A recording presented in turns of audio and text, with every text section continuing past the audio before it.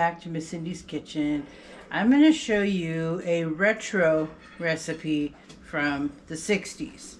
I collect these Bisquick and Betty Crocker style cookbooks that are older. I always find it fascinating to see the recipes. Plus, a lot of things are simplified because some newer recipes, they tend to try too hard to be different. And I just like simple and classic. So what we're making now is Swedish Dessert Pancakes. And we'll put a recipe card up on the screen for you. It's 1 1/4 cups of Bisquick, which I've already put into my measuring bowl. So that way I can loosen it up because it's been in the box. And then 2 cups of milk. And we use 2% milk pretty much all the time. A little bit of fat in your milk is good for our recipes. And then I have 3 whole eggs. I've already cracked and gotten ready. And then 1/4 cup of butter, melted. That's the pancake batter for the thin pancakes. And then we're going to cook them in a 7-inch cast iron pan. My grandmother's pan. So anyway, make sure you like and subscribe and share to your friends, and keep on commenting and give us your feedback. We do read everything. We had a bit of a delay in bringing another recipe to you because our internet went poof the last few days. So anyway, Friday the 13th, that was our problem in this house. Our internet went poof. So anyway, it's all fixed and we're back again with the recipe. So let me go ahead and get the skillet warmed up. And I'm going to mix all the ingredients. We've got the 1 1/4 cups of Bisquick, 2 cups of milk, and I'm going to loosen up the egg yolks a little bit. Otherwise you can just dump them in, but I prefer to break up the egg yolks. Just makes it easier to make sure they all get mixed in. Like I always say, don't overthink it, it's just food. So, that's that. And then the butter. This is going to be a very, very thin batter. So I've got that whipped. So is that the difference between the dessert pancakes and the breakfast pancakes? This is more of a crepe style one, I think, because it's thinner. It was designed in the 60s, and I'm not quite sure the background on it, but it's just a new take on a pancake.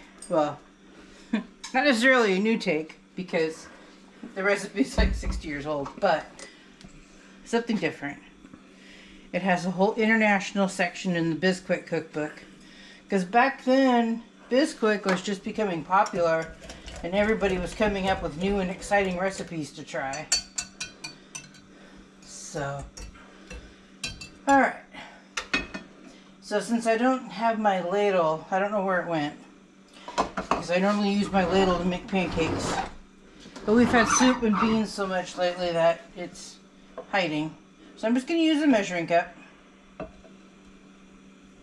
and then we're just going to fill up the pan with batter to make a nice large pancake.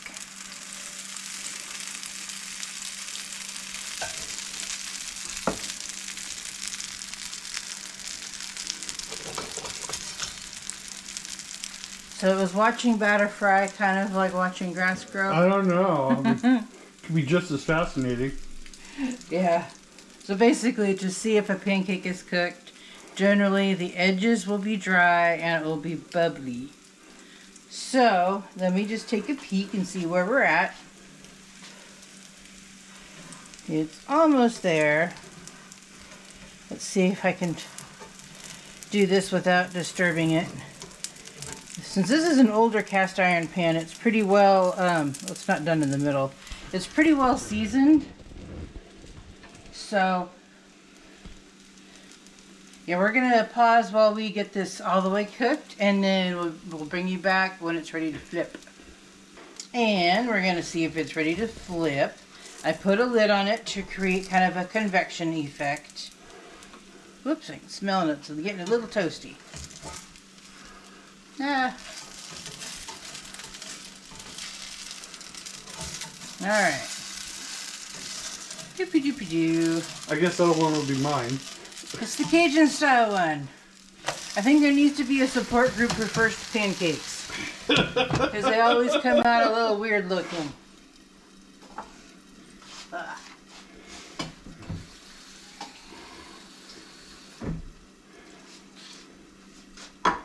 Alright.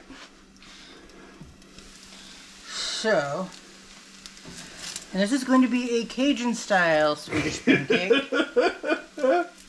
So, I think that's done. Now that the skillet is fully ready,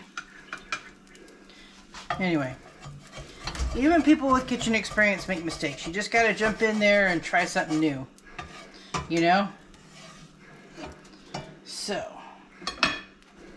just so y'all know that you don't have to be an expert or a seasoned expert, but sometimes things just don't go your way. So let's set another one out.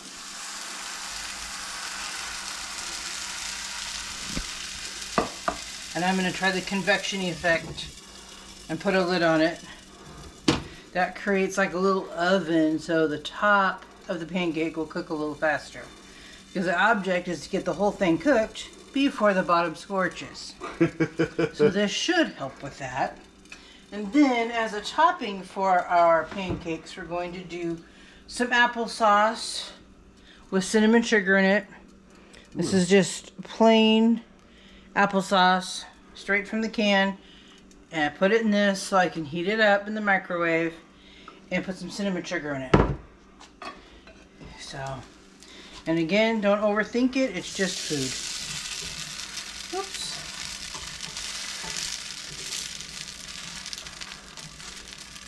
All right. This isn't going how I had hoped. Let me convection it a little bit more. Why don't you pause for a sec here? So you just flip that one. Yes. And putting the lid on it really helps. You said it was a really eggy Yeah. pancake? What do you mean by that? There's a lot of egg in it. You can really taste the egg. Because it's a very liquidy, custardy batter because there's only 1 1/4 cups of Bisquick and 2 cups of milk and 3 eggs. So it's very eggy and milky. So, I'm not going to grade these on appearance, as long as they taste good.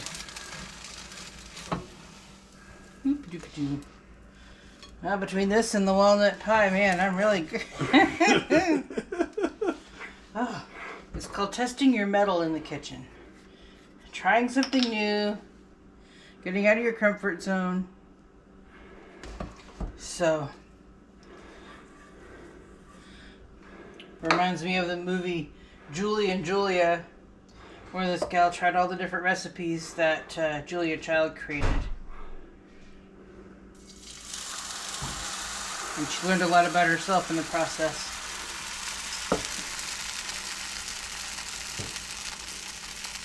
So let's put the lid on it to convect here.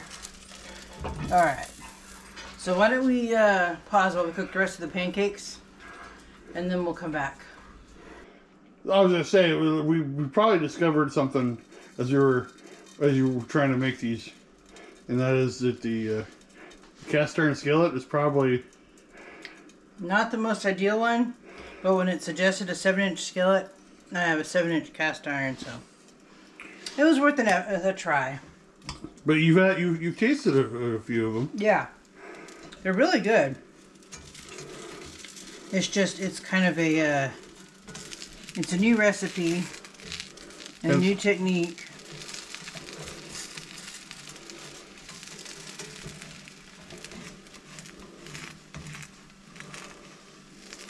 For some reason, some of my kitchen tools are missing. I wonder if Dahlia has a secret stash somewhere. She heard her name.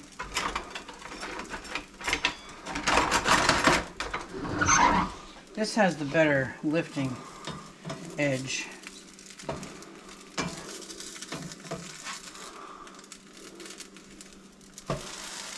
Well, that was more intact than the other ones.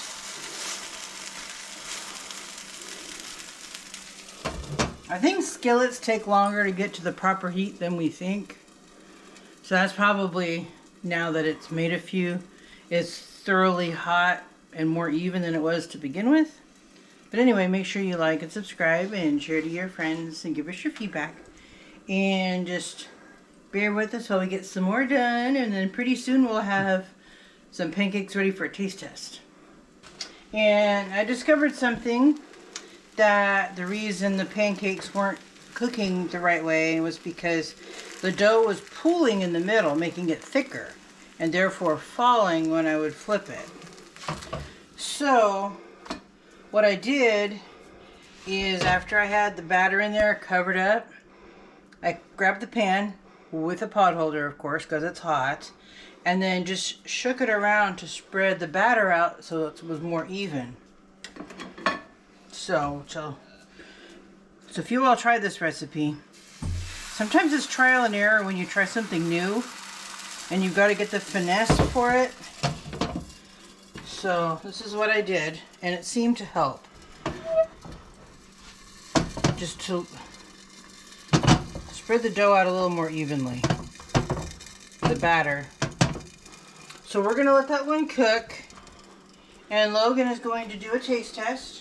Hey, Logan! And you're seeing some familiar objects in our kitchen. Yep. Dahlia and dirty dishes. We're going for the letter D tonight. What is that? Is that applesauce? Applesauce with cinnamon.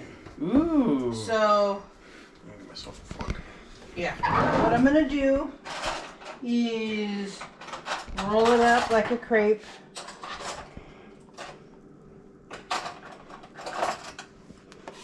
Roll it up like a crepe.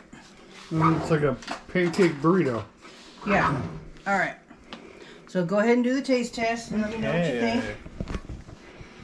Go ahead.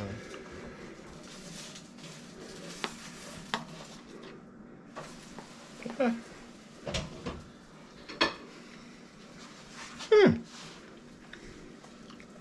That's really good. Like the crepe's nice and fluffy. The applesauce is really good with this added cinnamon. Yeah, added cinnamon. Mm-mm. How does that compare to a regular pancake? It's like, it's not as thick. Alright. I think it's thinner and I guess a little fluffier than a normal pancake, because sometimes pancakes can get a little dense. Mm-hmm. This one's more like airy, I guess. It's really good. Really good. Light and fluffy. And you can use any kind of filling for that, right? Yeah, you can use jam, applesauce. I'm sure you can make a fruit compote and put that in there. Let's try that again. Anyway, so thank you again for joining us. And through trial and error with a new recipe, we did finally achieve some nominal success. And we came out with a delicious dessert. So make sure you like and subscribe and come back again soon. Thank you for watching Miss Cindy's Kitchen. To get more recipes like this one, subscribe to the channel and hit the bell for notifications when new videos are uploaded. Share it out to your friends, family, neighbors, and leave us a comment to let us know how this recipe worked for you. And don't forget to hit that like button. Again, thank you for watching Miss Cindy's Kitchen.